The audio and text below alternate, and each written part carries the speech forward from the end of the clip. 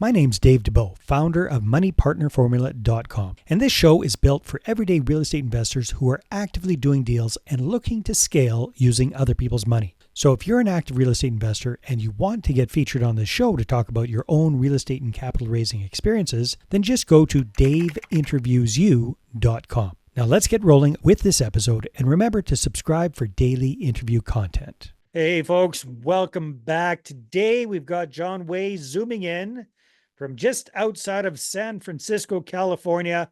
And John is a very accomplished real estate syndicator in the multifamily space. And in fact, he and his team really focus on properties in and around Dallas, Texas. But what I'm excited about talking with John today about is the whole idea of getting into your first big deal, getting into your first apartment building, your first syndication. So John started teaching, he's got a lot of experience doing this, but he's also started teaching people about how to get, from 0 to 1 in multifamily. So we're really going to kind of unwrap that because a lot of people want to get into this, but they haven't really taken a crack at it. So just instead of just talking about multifamily in general, John, if you're up for it, let's just kind of walk through big picture, how you kind of show people how to get rolling with multifamily. Does that sound good? Yeah, definitely. That sounds great. Well, before we do that, why don't you give us a snapshot of what the portfolio looks like today towards the end of 2024, how long you've been doing this kind of stuff for, and then we'll jump into the how-tos. Yeah, definitely.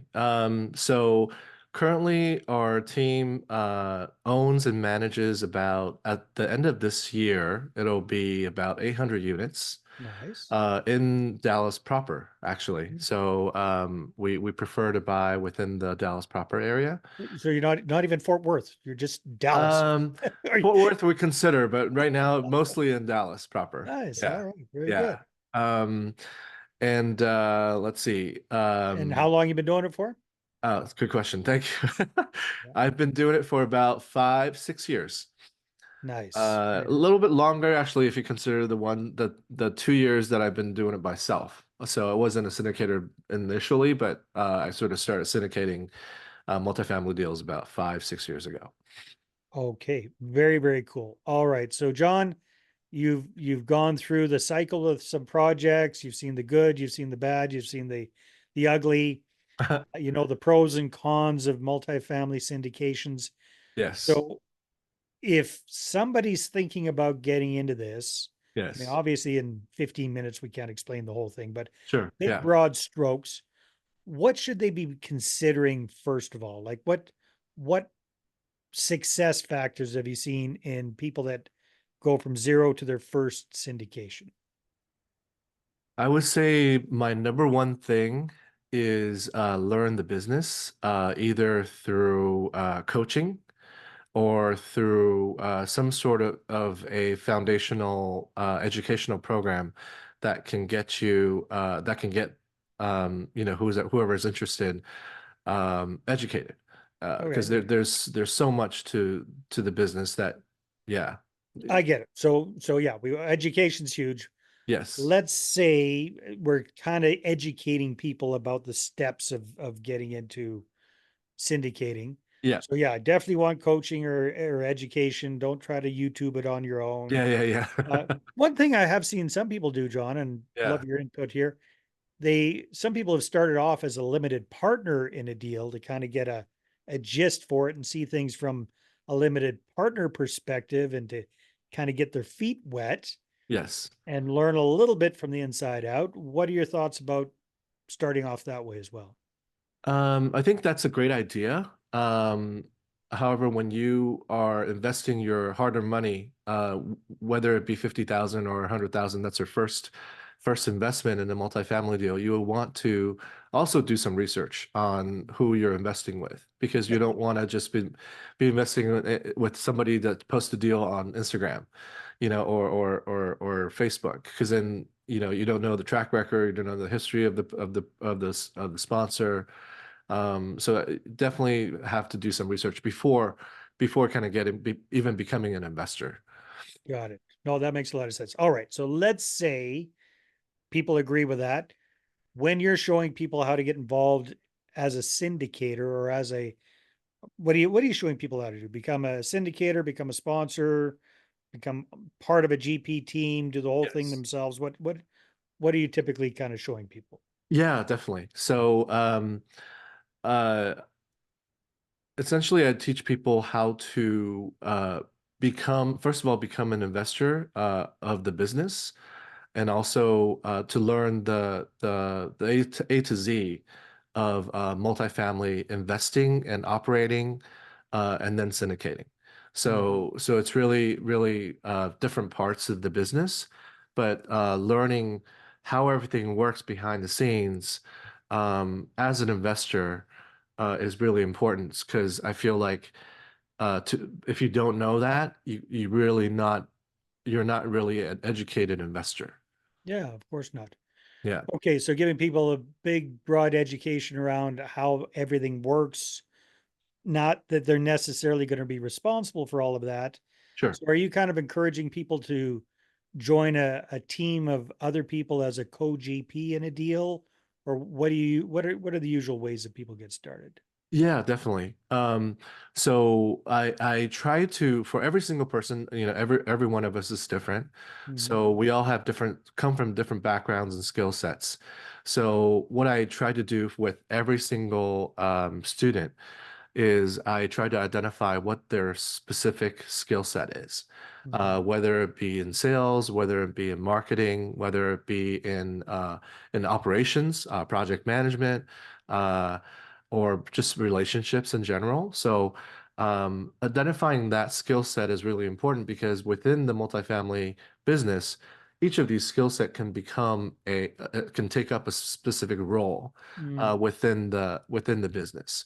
So identifying that part first, then you can kind of educate them on here are the other different parts of the party you need to put the deal together. And you bring this skill set so you can leverage that and yeah, and that's how you become for that specific person, that's how you become a part of the team. got it. So first things first is get the big general picture, the general education around how an apartment building works, Yes. how how to do basic underwriting. So kind of the whole Yes. broad spectrum, you don't have to understand everything in depth, but get the Yeah. gist of it, Yes. see how everything works together. Then figure out what skill set do you already have in Yeah. place. Yes. So what's going to come easier to you, Correct. and what's Yes. kind of like your secret sauce or your special sauce that you Yes. bring to the table? What role can you fulfill? So what Right. are those major roles in a syndication? If you just give us the big broad strokes, John, what do you think they are? Yeah, definitely. So from the start, we have the deal finder. Yeah. So the deal finder is someone who's good with relationships, who's good with dealing with like establishing relationship and cultivating the relationship with vendors. And Whether it be, brokers, I would yeah, imagine too. brokers, yes, Yeah. correct. Okay. Yeah. Yeah, brokers, insurance agents, all that. And then the underwriter, someone who's good with numbers, who's really good with um, putting numbers together in terms of pro formas, projections, evaluating the rent roll and all that stuff. So need that person in the team, Yeah. as well as those are the sort of the initial people. Now, I would say in the initial team, you also need someone who's good with legal. Mhm. Legal in terms of, when you are going through contracting, negotiation with the buyer and with the seller, understanding the legal terms and jargons and all that. Like, and then also if you're syndicating, you need to understand the syndication language. So all that's also one part of the team. Yeah, definitely. Um, After the initial, essentially the purchase essentially is done, is the I think for me, there's two parts to the team of asset management. Okay. So the asset management is split, I would say, between an asset management and also boots on the ground. Hmm. So and boots on the ground specifically is I'm a strong believer in that wherever you're investing in, you need to have someone there, and not only someone there that's been there for a year or two, but someone there that's been there for 30 or 20 or 30 years or 10 plus years that know the market, that know the neighborhoods inside and out. Mhm. So that they can provide that sort of a guidance in terms of the um The s- lay of the land yeah, and the that lay of what the you just land, called it. the someone else that's been there for 1 2 years that don't. Right. And then so that's the asset manager piece. And then I would say all of the oh, and then marketing. Marketing slash customer service. So Customer service with tenants or with investors? both. Both. So both sides, and usually on our team we have one person taking care of both. Really? Both. Okay. So it's ongoing on the tenant side, essentially is being creative with having a Halloween event or having Mhm. Cinco de Mayo or something events But that not for the necessarily the on-site management, so to speak. It's not more necessarily. right. Ideally, it would be great if we have asset management that are or on-site property managers that can do that. Mhm. But we will help them on our asset management team sort of together work together to kind of create events, Got to it. create a sense of community for our properties. And then it's the marketing outside piece to the investors on the Mhm. syndication side. Yeah. Essentially is communicating, providing monthly communication on based on what's been going on, what capex have we done this month, how's our NOI, how is our occupancy, how is our renewal rate, all that stuff. Like we provide that for the investor on a monthly basis starting from month one Mhm. when they start to So invest. lots of transparency there. Yes, yeah, definitely. So it sounds like you're getting into properties that are already kind of pretty much optimized, or are you guys doing value add to these properties as well? One of our, I think I would say for us, for our team, one of our strategy is light value add. Okay. So we prefer to get properties in the 80s and 80s to 90s. So that's and also we might consider some properties in the 70s, just if they are properly maintained and well, Mhm. there's less deferred maintenance. It's just a choice that our Got it. team has Okay. made. So they're Yeah. light Yeah. value add. Got it. Yeah. Okay. Yeah. So we got 7 roles so far, if I counted Yes. correctly. Yes. Are we And missing anything or have and we covered? actually all of them, I prefer to find like roles with those roles already sort of established. And then within that team, everyone raises capital. Okay. So that was, I was going to ask that. Was it, Yes. so Yeah. now I don't, correct me if I'm wrong. I Yeah. don't imagine that you necessarily have 7 different people, Raising each one capital. taking one Sure. role. You Sure. probably have some times where one person has multiple roles. Correct. Everybody has Yes. a couple of roles. Is that correct? That's right. That's correct. All Yes. right. So Yeah. yeah, because it's starting to get pretty big there. Pretty big. Yeah. That's right. That's right. Okay, so somebody's thinking, well, you know what? I've done single family homes. I've had some success with that. I'm interested in getting into multi, or Yeah. they've done some small multis. They're interested in stepping up, getting into syndications. Yes. That's so going from being a one person show Hmm. to being finding or creating or becoming part of one of these teams. So that's my next big question for you. Let's say I've got the education. So I understand big picture how everything works, and I figured out what the where I can bring the most value and bring value to this as uh, taking over 1 or 2 of those roles of the 7 that you talked about. Sure. How do I find the team if I'm starting from scratch to fill those other roles? I think there's two ways. Okay. The one way is the most cost-effective way, is to attend industry conferences within that city, or even industry conference, just multifamily industry conferences across the nation, Mm, to meet people. And that's, I think, a dedication and a mentality that one would have yeah. to essentially establish your team, to build your team from scratch. Right. Um, and even a step maybe hosting multifamily meetups in the local wherever they are, to meet with like-minded individuals that might be able to become your team member. Mm, So it's local as well as at the location or across the nation. So that I think is the most for me is the most effective way or most cost-effective way. yeah. Um, the other way is to join a mentorship or join a group, that existing group already that is multifamily focused. And that way, basically, because the group is everyone in that group is multifamily focused, the likelihood and the chance of you finding someone who's going to be a part of it, like going to have a different skill set than you in that team is a lot higher. You're right. So you Right. save a lot of time in that. But the caveat is you have to pay for that. Right. Yeah. So so that's That's that. usually the way it works, doesn't it, John? Yeah, yeah, yeah. Exactly. Nothing in life is free, right? Yeah, Yeah, that's it's right. either time or money, or No in some money. Yeah, cases both. that's Okay, right. well, I'm interested. So your own personal situation, you're based and living in Northern California, close to San Yes. Francisco. Yeah. All of your properties are in Dallas proper, as you said, Yes. which makes a lot of sense because you could have the same team covering Yes. all of those properties. Yeah. So are most of, first of all, how many people are part of your team right now? How many people make up those 7 different roles at the moment? Or does it Uh, depend on the property? so currently for all of our properties right now, we have about actually I should say from the beginning to right now, uh the first two properties is the same team. Mhm. The recent ones are the same team that I have now.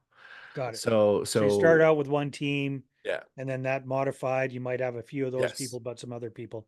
Yeah, correct. because Evolve. Yeah, each deal is a separate syndication. Each deal yes, is its own business in and of itself, correct. right? Yes, yes. Uh-huh. Got it. Yeah. Okay. Very, very cool. So with the team, your most recent team, Yes. are you guys kind of all over the place with a few boots on the ground in Dallas, or are they kind of more in your local area, or like how does that kind of look Yeah, logistically? definitely. So I have one boots on the ground that's in Dallas, Fort Worth. That's he's I mean 35 years in Dallas, Fort Worth. Yeah. Um that's really good boots on the ground. And Yeah. he knows the neighborhood inside and out basically and the feel of the market, everything. So I think that's a strong part of our secret sauce.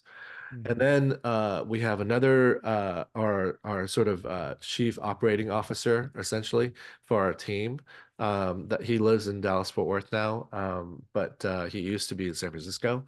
So he moved there for work. I mean, no, other work that Yeah. he had, but right now just essentially helping us with our operations. And then myself here in the Bay Area, and then I have two other partners here in the Bay Area that's part of our consistent team.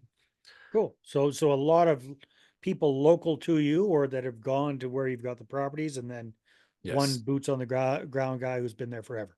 Yes, correct. Yeah. Yeah. Okay. Very, very interesting. No, that's cool. That makes a lot of sense. Yeah. So, John, yeah, I know we've just kind of skimmed the surface of what's Yeah, involved with definitely. it, but that's what I wanted to do. Just kind Yeah. of big picture, get people to gist. Anything that we missed, any really important parts there, No, covered all that's the a great major. So coverage. getting the Yeah. education, Yeah. understanding what all of the roles are, understanding what your skill set is that you bring to the table to Correct. fulfill one or more of those roles, Yes. finding the other GPs, general Mhm. partners that can kind of round things out. You gave us 2 different options, Yeah. going to preferably real estate, multifamily real estate events in the city that you want to invest in, Correct. or nationwide, because you Yes. really just need one set of boots on the ground there, Yes. or shortcut it by joining some sort of a multifamily mastermind type group Correct. where you can meet other like-minded people that are wanting to do the exact same things. Correct. Yes. All right. Well, see, I do pay attention. Yeah. I don't care what Mrs. Higginbottom said in grade 4. I do pay attention. Uh, So John, as we're wrapping things up here, you're going great guns. What are your plans for the next 12 to 18 months? Where do you see you taking your own, investment firm, Astute Equity, moving ahead? So as of the end of this year, we're actually in the process of acquiring two properties in Dallas. Nice. Currently, expecting to close end of December or beginning of December. And I, it is our belief, and is my belief that it is the best time to get into the market currently for the next year to two.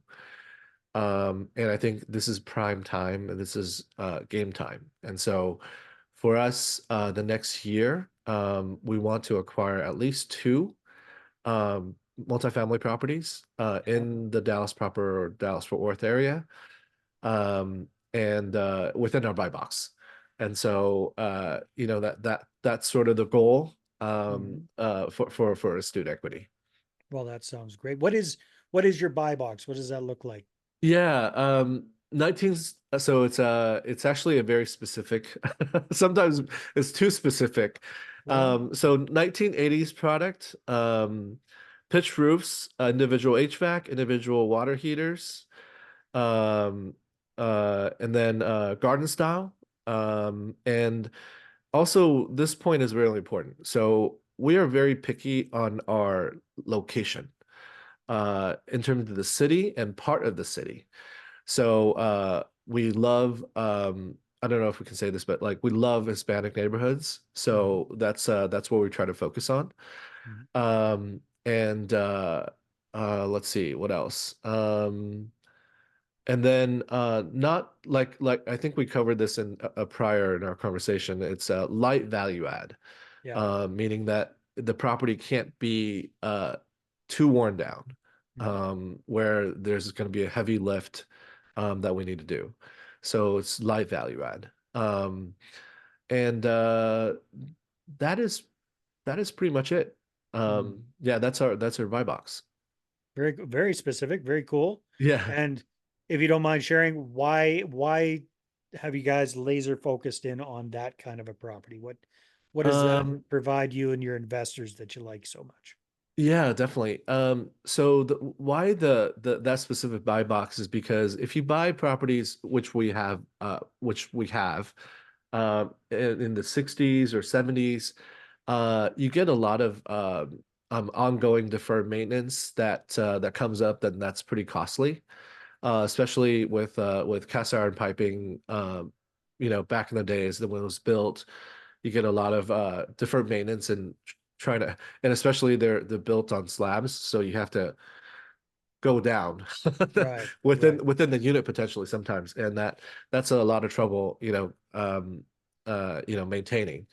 And so for us, we like to get into 1980s product where it's PVC piping and electrical work has been updated, and individual HVAC, individual water heater, a lot easier to maintain Mhm. than the chillers and the boilers and the main, so try to avoid a lot of that.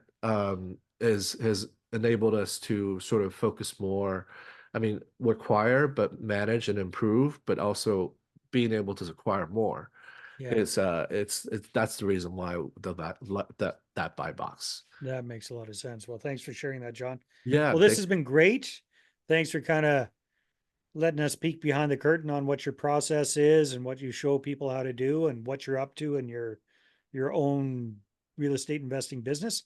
If people would like to connect with you and find out more, either from a potential partner, potential investor, or potential student point of view, sure. where should they go?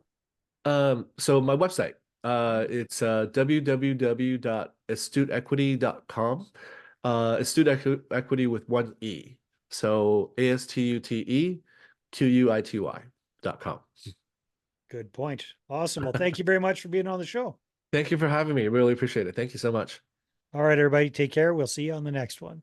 Hey there, I really hope you enjoyed that episode. And as always, if you want to listen to more daily interview content, make sure you subscribe. And if you're an active real estate investor and you're doing deals and you'd like to get featured on this show, then just head over to daveinterviewsyou.com. Now, at moneypartnerformula.com, we help real estate investors to create a process for predictably getting capital so they can do more deals without relying on hard money lenders or the banks. We do this by building them a private capital marketing system. Now, if you want help turning yourself into a big money capital attraction machine, then book a call with our team to see how we can help. Just visit moneypartnerformula.com to find out more. All right, take care, and we'll see you on the next interview.